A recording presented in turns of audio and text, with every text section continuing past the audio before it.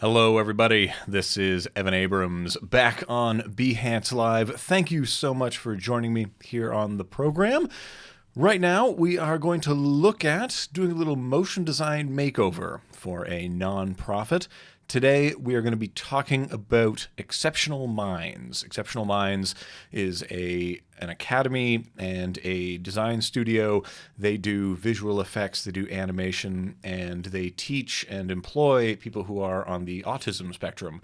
This is a cause that's actually fairly close to my heart because some members of my family are also on the autism spectrum, and programs like this are invaluable for finding space in the workplace, finding means of self-expression. I think it's probably one of the greatest things going. But thank you all for joining me. We're going to be taking a look at what we can do to help this organization out using motion design. If you're watching this on YouTube, then please come on over to behance.com/live and join us there. Sorry, behance.net. It's a network. So come on over to behance.net/live so I can see you in the chat. Those of you already in the chat, please let me know who you are, where you're from, and more specifically, let me know what you do in motion design and visual effects. Because today we're going to specifically be looking at how we can use motion design to show off some of our compositing skills. So let's have a look real quick at who is our client today. Who are we giving the glow up to? We are looking at Exceptional Minds. Like I said, this is...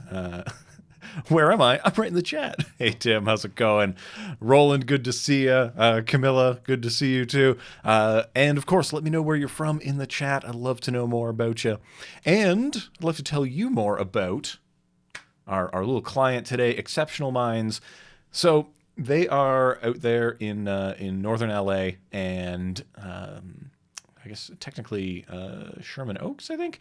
And so they are, they employ and they train people on the autism spectrum, and they do a lot of work in big budget, big Hollywood movies. So they have a lot of work, a big body of work, a very impressive body of work that I think we should probably help them show off. That's probably the main thing that we want to do for them with motion design.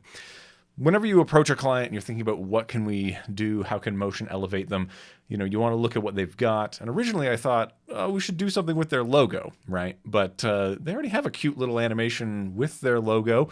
There is something kind of decidedly maybe 90s about the logo, the gradient, and how that little guy moves around. There's something I find quite charming about it. So I don't think we want to touch that. But things that I think could be improved are their social media presence, and in particular, helping them to have more video presence, having them get more of their video pieces out onto social media in some way. So a big part of this is looking at what they're doing now and where we can improve. So specifically, I want to look at Instagram. And folks out there, let me know if you're currently posting anything on Instagram, if you're putting cool GIFs out there, or GIFs, however you pronounce it. If you're putting any of your portfolio out on social media, Twitter, Instagram, Behance, gotta get stuff up there.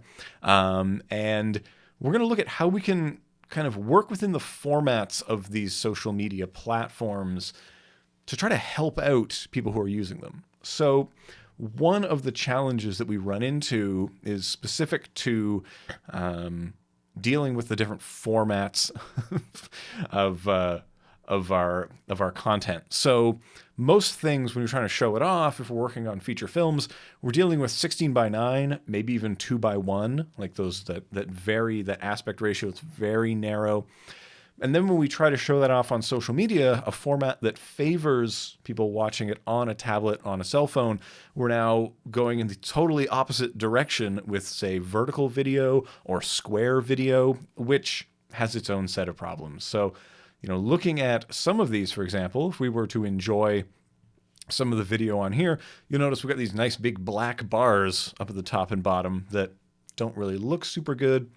The other consideration that you want to have whenever you're considering a social media strategy is how are we going to stand out on someone's feed? How are we going to have our content jump out by differentiation? So a big thing that you want to think about is, who is my audience and what does their feed currently look like? And if I want to stand out in their feed, what am I going to do to be that point of difference? So what I mean by that is, if everyone's feed is a lot of photo or a lot of video, it's just vacation photo over and over again. And so if you're not shocking them with something that looks significantly different, it just becomes background noise. It becomes a lot of noise in the feed, as we say. So always consider that when you are designing something that is going to go specifically on these platforms, is how are we going to play in that space? What are we going to do to differentiate when there is a sort of sea of sameness coming into people's feeds? So with those design considerations in mind, how are we going to show off these people's work? How are we going to do that? Well, there are a couple of things that we want to get into. So looking at what they do right now, we can see that this is probably the most egregious way of getting your 16:9 video onto Instagram, because we have all of this wasted space at the top and bottom. Even though the initial thing to click on, the initial cover might be appealing, it doesn't have a degree of differentiation. So it's hard to know what that is. Why should I attend to it? And then when we're becoming engaged with it, if we're looking at this on a phone, this is so much smaller than it should be, right? This has been cropped. This is quite tiny, and it's not really showing off to the full ability this thing that we want people to attend to. So we're going to look at a few strategies to get around this. We are going to look at a few technologies that will help you out, and we'll see. So, Roland in the chat with the stats. Roland, I love that you bring the stats to me. Over 80% of videos watched online are watched on mute. So that's another key thing to remember, is that usually people's phones don't even have audio on them. And so when we're thinking about what are we going to do with that black space that's above and below, Roland's got it, nailing it there, that's where you want your subtitles to go. And in specific, I want to point to a video like this one that, we've got. Here we go. These subtitles have been put right up in here in this space, so they're actually covering up part of the video. We have the space, if we were to render this off square, to push those above and below, right? So that it doesn't impede the actual video. But part of this is a repurposing of content, because a 16:9 thing would fit perfectly on YouTube. It would fit perfectly on Twitter. But in this space, we have that space above and below to play with, so we can push that text up and down. So having that limitation, or that new thing to think about going vertically, is definitely something you want to get going on. So what are we going to do? What are we going to make happen? Oh, bonjour, Joel. Thanks for coming out. So if you are a compositor, if you are someone who needs to show off this stuff, then here are some things I'm going to recommend. The first is, do you know about automatic reframing? So this is a feature that is kind of new to Premiere. We can jump into that if people are interested in it. But first, I want to jump in here and talk about something you can do in vertical video specific to compositing that might help you out a lot. So here we have kind of a triptych of sort of 3 phases of compositing. So if you're a compositor, you can have the original, the intermediate, and then the final result coming out the bottom. And what can be very useful about this is we can literally make a template once, and then we can swap out the footage in here with befores and afters. So the idea is that if we want to show off the actual work that we do, this is a way that we can get these 16:9, 3 16:9 things stacked above each other so that we can actually use this to enjoy the process. So when you're thinking about designing something that will show off a process, we want to show how these overlay each other, how this phase, how these steps go. This is a great way to do that. So this is actually a fairly simple thing to create, and I'll guide you through some of how this goes. Basically, we are just starting with 3 pre-comps. You want to create these bins. Think of them as containers that you're going to fill with footage. Because a big thing about creating social media is that what you really want to do is make something that is easily replicable, that you can simply copy, paste, open up again, and drop in new footage. If they have 20 projects that they want to show off during the course of a week, people don't want to be recreating this, and you want to be making it a lot more streamlined. So we start with kind of a weird framing here at the start, which captures a little bit of interest. What is that? And then we pull back to reveal what's going on. So we've got these 3 bins. Think of them as the top and bottom and middle bins. And if you crack that open, it may just have some footage in there. If this were showing off some pieces that they'd created already, these would just be footage thrown into this space, into this composition. And then what they're doing is we've got them in an order here. We've got the top one. The top one here is like our original. This is the original footage. And all we're doing is we're looking at the scale of these things. So we're scaling this middle one here. This is kind of our driver. So we're scaling one of them, and we're linking the scale of the other 2 using an expression. We just take that scale and we just pick whip it to the middle one here, and that links those 2 properties together. So we only have to set keyframes on one of them to scale all of them. And then what I've done is for the position of these layers, I've linked those, instead of animating the position sort of rawly on that stuff, then what I like to do is just take a null here. I parent both of these to the null, so everything's referencing that null. And then I am using a little slider control here to deal with the position of these things. And what we like to do is make it nice and simple so that we only have to keyframe the position using that slider. So the slider is just increasing up and down a little bit. And this one is taking the positive of that, and this one down here is taking the negative of that. It's just going doot, doot, doot, doot. Hold on. There is the slider here. So it's just negative that value, the other one's positive of that value, and they just slide apart, creating this kind of effect. What's great about these layers referencing this slider is that now we can kind of move them around independent of each other, and in this case, reorder them. So we split them. If you want to split a layer, you select it, Command-Shift-D, and that splits off a bit of it, and then reorder them so that they go back together with the final result on top, which creates, the story. It tells the narrative of how this thing is made. It starts with a raw file, and then we do this process to it, and then it comes back together, and that's our final. So this is a nice way that we can go ahead and make this kind of feel a little bit like the story we're trying to tell. Oh, sorry, I'll just cough right into the microphone. And hopefully this is something that's helpful. What's great is that now you can just go in here, you can open up this project and say, oh, good, well, we just need to swap out the footage, 1, 2, 3, hit render, and then we're done. So it's that easy. But yeah, it's a pretty good way to kind of work that. If you had other compositing shots that you wanted to show off your various start, middle, and end, this would be a great way to do it. So hopefully that helps. If you're a compositor, let me know. I would love to know if we have some compositors hanging out in the chat today.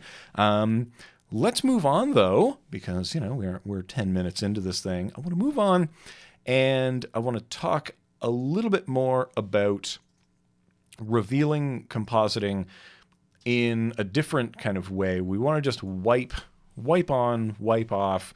This is a very popular way of showing off what we could be doing, right? Especially because our client in this case, they do a lot of removal. They do a lot of wire removal. They do a lot of tracking marker removal.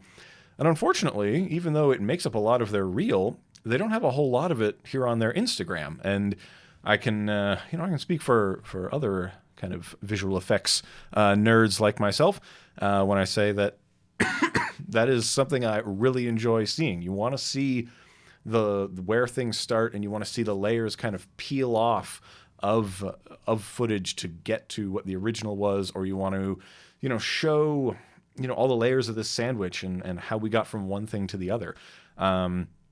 Instagram is great for that because you can just play that back on a loop over and over again, and people will just get mesmerized by it. So that's something I would really recommend that Exceptional Minds thinks about doing. And a really quick way to build something that reveals is by using our friend, the track mat. So all you need to do to create something like this is, again, we've got before and after bins, right? So I'm going to be talking about compositions like containers, like we want to contain stuff inside them. And just a moment while I take a drink of water. I'm still getting over some pretty bad illness from last week, but oh, that's good. So what we want to do is, like I said, set up these containers that we can stick things in. And so if we go in there, you can literally just swap out the footage as you need for those. Then all you have to do is come up with a shape. So you can just double click up here, create your rectangle tool, drop that on down, and you're just having one layer. Look at the layer above it and take the alpha information from that. So let me just start this over to show how it goes from the beginning. This is fairly basic stuff, but hopefully it makes sense. Oops, not in that format. Whoop. And let's see. Let's go 1080. Let's go with a square one. Well, let's do this square. Something else I want to say while we're here in the composition settings is that if you find you're working with square footage a lot, if you find you're working with these non-standard dimensions, you'll notice that square is not listed in here. You can dial in sort of new things, like let's say we were doing a 720 by 720 project, and this is a really common thing that you do all the time. You want to go here and create a new preset name for this and store this in your presets for all time and all space so that you can come back and reference it. Just be one click and now you're making it. So save those things in your preferences, help yourself out. So we're going to work with square here, and all we need is a before and an after. These are our before and after bins. And then, like I said, we just need to put a rectangle out there. And track mats, if you're not familiar with track mats, they take the alpha information of one layer and use it on another. So, oh, apologies. Oh my goodness.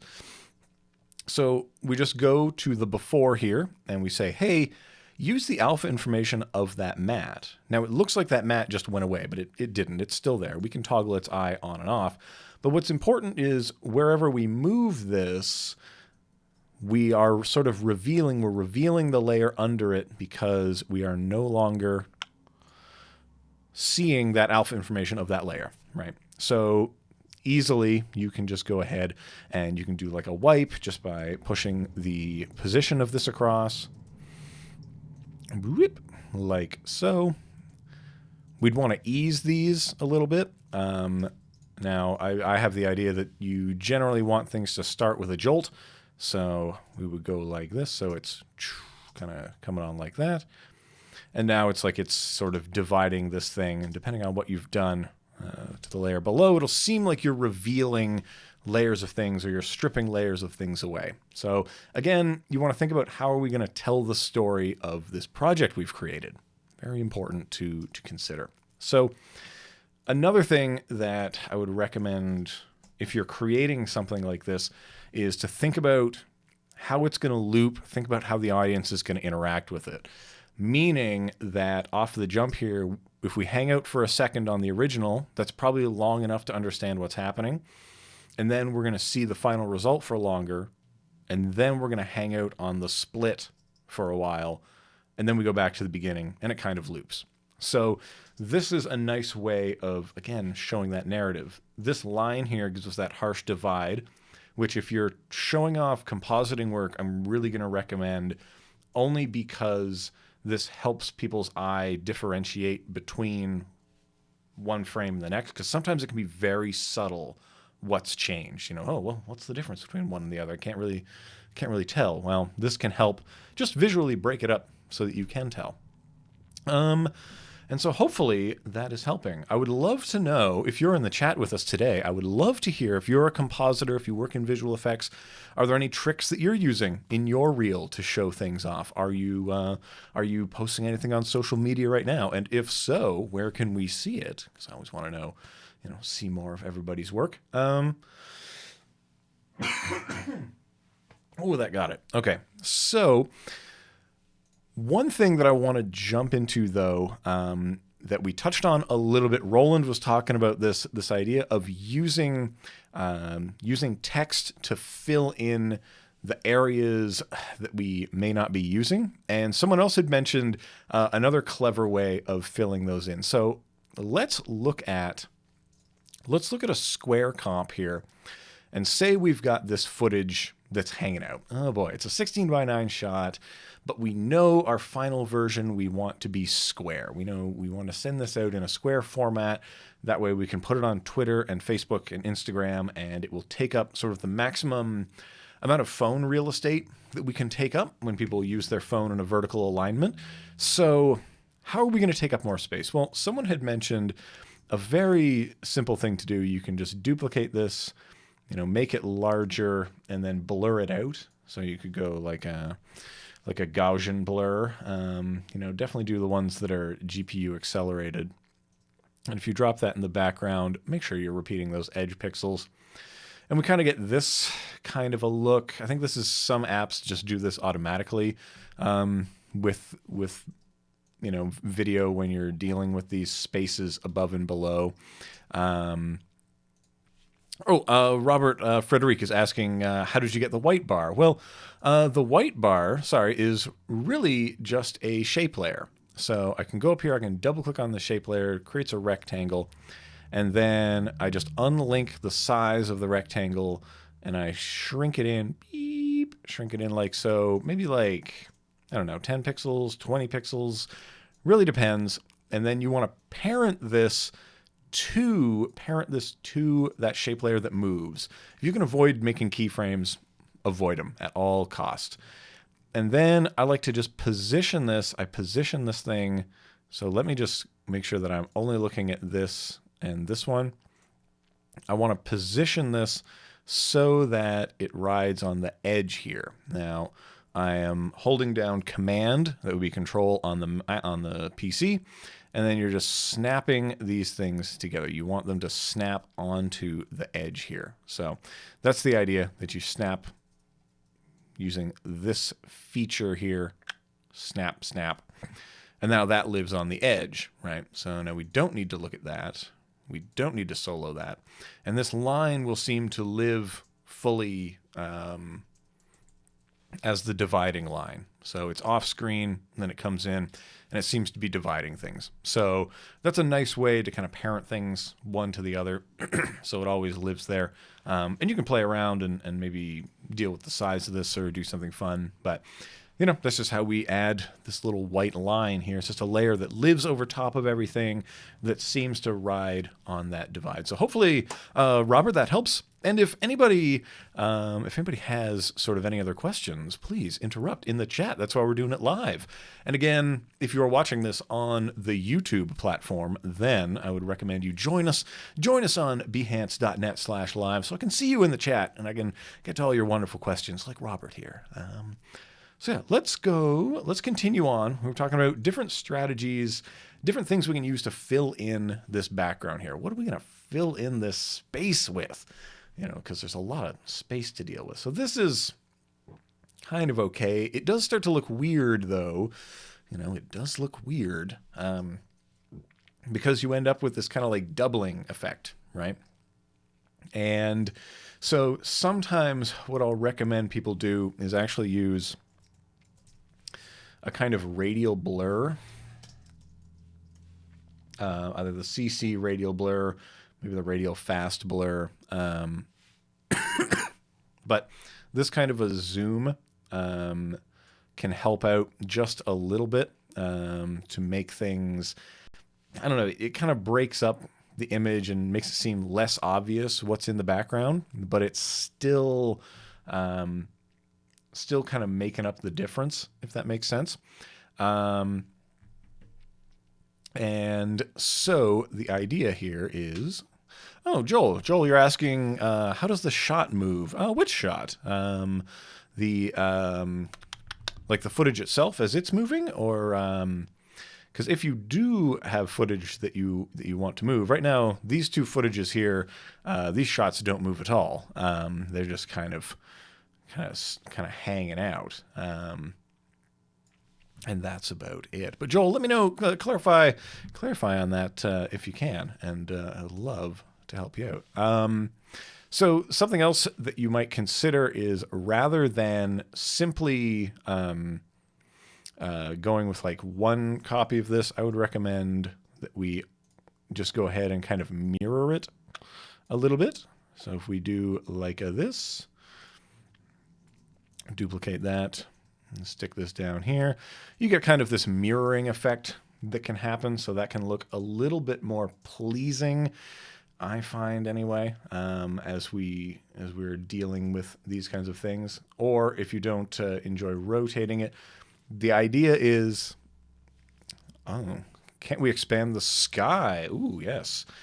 If we could expand this sky, right? Isn't that the move we would like to do, right? It would be great if we could pull this in either direction, right? So one thing that would be really interesting to do is to simply take this, right? We could duplicate it, and let's go ahead and we are just going to transform, and we're going to flip it vertically like this. So we could use a little bit of a mirroring effect here. So if we kind of put this behind and then blur it. So if we make this a little bit blurry, if we just kind of Gaussian blur this away, blurry, blurry, blurry, make this even more blurry, repeat those edge pixels, so that we can blur that out. Or maybe don't repeat the edge pixels, because what I want to do is actually stretch it a bit like this. So you see how it kind of like blends together, right? So that can help a little bit, right?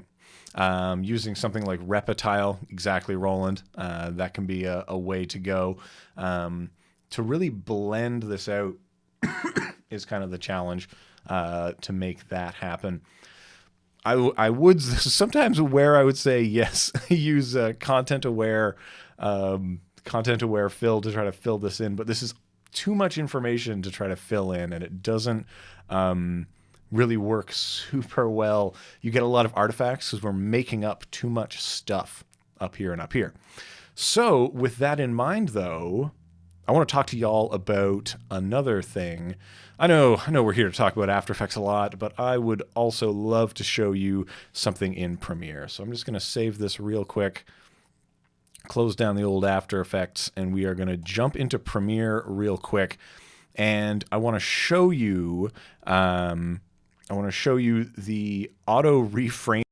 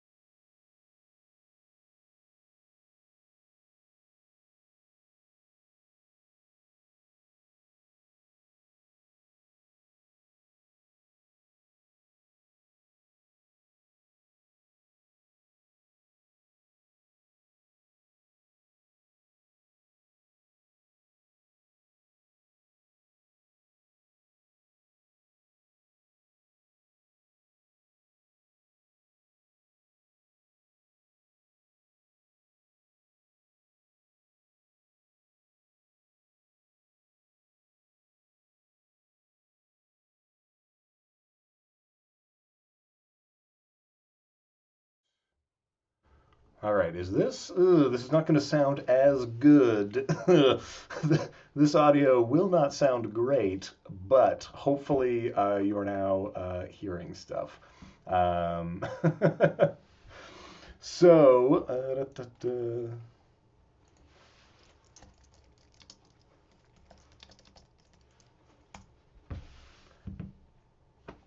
all right, let's see. All right, so hopefully people can hear me now. It's not gonna not gonna sound super great. Turns out Premiere and Wirecast don't like each other, but we're gonna enjoy this. So one of the things that we have here is I want to talk about auto reframing, and auto reframing is going to use a little bit of artificial intelligence to take a look at some photo or some video, say. This framing here. And if we were to ask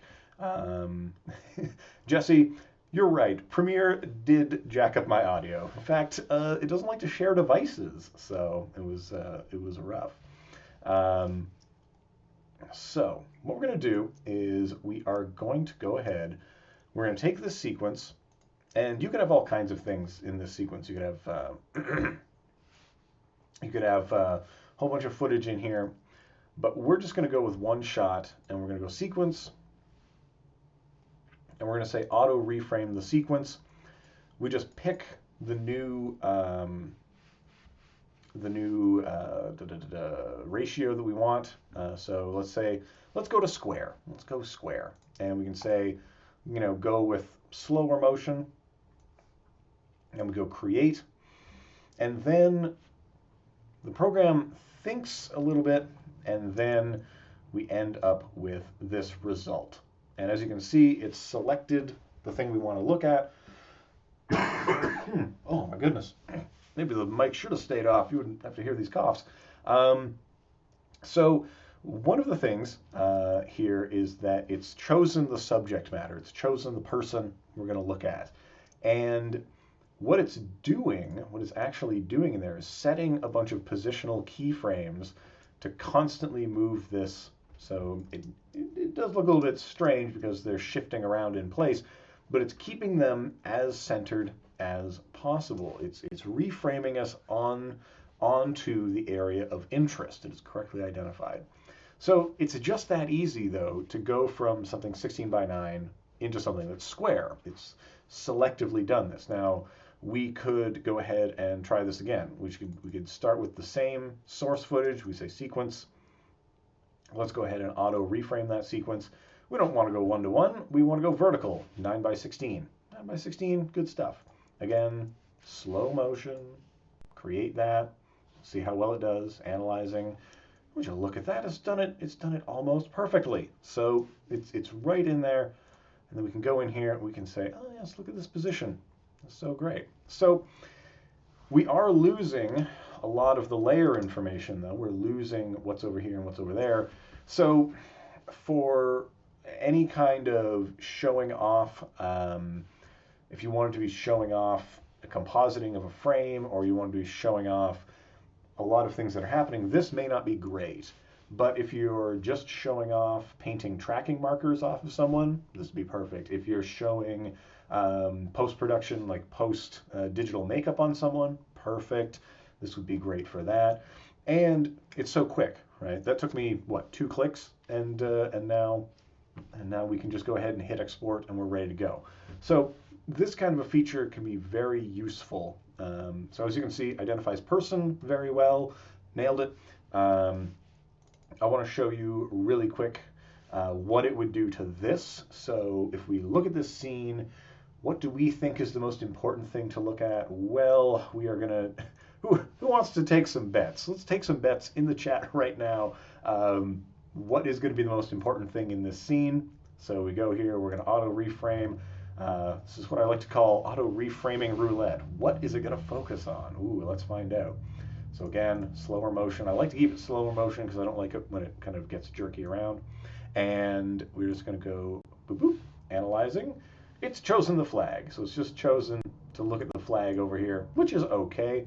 It has not made a lot of positional changes, you'll notice. All it's done is snapped us snapped us right over to the edge and it's decided this is correct. So sometimes there is a little bit of tyranny of this kind of thing, you know, it's not terrible. The sheep, Sasha says it's the sheep we should be looking at. The sky, I might have thought sky also. But I think it's because this is identified as kind of a foreground element.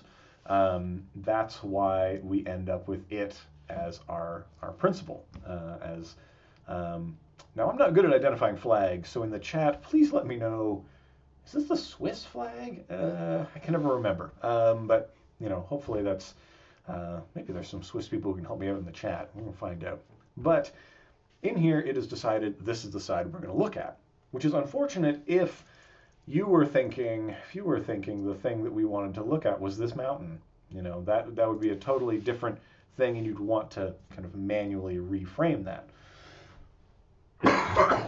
Oh my goodness. Oh, so terrible today. So what could we do instead? If we're not content with the automatic reframing of footage, what's another thing we can do? Well, I'm going to close Premiere Pro, and we're going to hope that it doesn't knock my audio off. Save changes. Yes, let's save the changes to that. And we are going to jump back into After Effects. Is the audio still on? I'm very nervous about the audio kicking off or kicking on. Then we'd have double audio. We have two microphones going. That could be pretty wild. So hopefully we're gonna see what happens. All right, we still have audio. Yes, I'm seeing a lot of bars, so that's still good. Ooh, touch and go here for a minute. So yes, we are back here into After Effects, and we are going to open this bad boy here. So the other thing that we might do if we wanted to try to have a little bit more manual control over this is to use an effect in here that we call the warp stabilizer. And this is doing a very similar kind of job. So we're dropping the warp stabilization on here, which I'm really only doing because this footage kind of bounces around a little bit because people are handheld, it's shaky, it's you know, just footage. And so what we're going to do is we're going to try to say, give me no motion, and then we're going to use the method of position, scale, rotation. And unfortunately, you'll have to wait through the process with me here, but don't worry, it doesn't take that long, and we aren't gonna jump into the detailed analysis. But what it's doing is it's analyzing what's moving, what's not moving, which pixels are shifting around by how much, and it's basically assigning points out there, like a big point cloud, and looking around. Yeah, all that coughing has made the mic a little ill. So what we're going to do here is, here we go. Here we go, 31 seconds. Oh, it's the countdown. We've decided that we're going to attempt to use position, scale, and rotation to stick this where we want it. So we're going to see how that works out. Oh, 77%. I'm having some doubts about the, there we go, 11 seconds. The other thing to remember is what are we doing at the borders? So it's stabilizing and cropping, and we can try to synthesize edges if we want. I'm going to tell it to just stabilize to only stabilize because I'm not really interested in the rest of that stuff. So now we'll see what it's done. Oh, that looks nice and locked off. Oh, I'm very happy with that. You know, we had to wait a while, but I'm happy with what it did. And then you can just manually scale this up and put it into position. So now we can enjoy, oh, look at that mountain. So nice. Ah, nice mountain. Some other things I'm going to mention, though, because we've scaled this up, if you find yourself scaling up your footage quite a bit, I want you to have a look at this little box right here. This box underneath the quality and sampling. Give that a few clicks. So the default looks like this. It's this anti-alias line. Give it another click, and we take it into cubic. Let me hover over this, get that tooltip. I don't want to tell you it's cubic and then be wrong. Um, but the idea here is that we're increasing the quality. This is one step above. It's quite a bit smoother. I find that you can push footage actually quite a lot before you start to see degradation with this little toggle here. So if you don't know about this little toggle, it's a good one. This one here, though, this version with this not anti-aliased one at all, is actually quite a lot chunkier. And if you're doing pixel art, then that's probably the one that you're going to want to use. But this is the default here, and then this is a little bit smoother. So if you thought that, you know, oh, where are those sheep? Where'd those sheep go? Well, maybe there were no sheep in here. Oh, well, now I feel like I've been taken for a ride. But if you wanted to focus on the mountains, you could do like this, right? Oh, nice. Now we get to enjoy these mountains. Something else that I'm going to say is that since we are reframing this thing, by cubic, thank you, Tim, by cubic. We can go ahead, create a new null here. We're going to create a null out in the middle. And right, it's linear versus cubic. Thank you, Tim. Tim coming with it with the technical knowledge. We got Roland for the stats. We got Tim for the technical words. I'm loving it. So we can take our stock footage, we can parent it to the null. I'm leaving the null in the middle center where it comes from. And then over the course of this footage, I'm simply going to scale this up a little bit. So now it's like we're inducing like a little fake zoom or something in there, or maybe you just gently move this along. It's a great way to just add a little bit of motion in here into your footage, just a little bit. They're in the shrubbery. Steve, we're not going to talk about shrubberies on this program. We're not going to talk about nights that say neat on this program. We're going to avoid all of those things here on this program, especially looking at these bucolic scenes. But so those are a couple of ways that you can look at reframing and going from that 16:9 footage and taking us into something that's more grammable. You got to do it for the gram. So what else can we look at figuring it out? So let's go ahead and go back to, yes, Ken Burns effect. That's right, for all of our Civil War documentary needs. So let's look back at Exceptional Minds and see some other areas, because I'm with you for about another 15 minutes here. So what are some other areas that we can jump into? Something that I would recommend is to consider showing, there are some pieces, like I believe this one that they do, where they do use a little bit of vertical video for its intended function, in that we've got, you know, material up here, we've got material down there, we're playing with the frame, we're having fun with it, we are doing a little split screen montage, which is good, it's okay. It's definitely something that helps content stand out, right, in a way that it didn't before. But the big thing when it comes to dropping text into your Instagram videos is that it needs to grab people's attention if you want them to actually read it. If it's static text, we find that people don't actually pay much attention to it. It kind of turns into background noise a little bit. And the main thing to remember is that people can read text faster in their head than we think they can. So it doesn't need to be up for as long. And if someone's saying something out loud at the same time that the same words are up on the screen, you're actually getting into kind of an attention deficit, if this makes sense.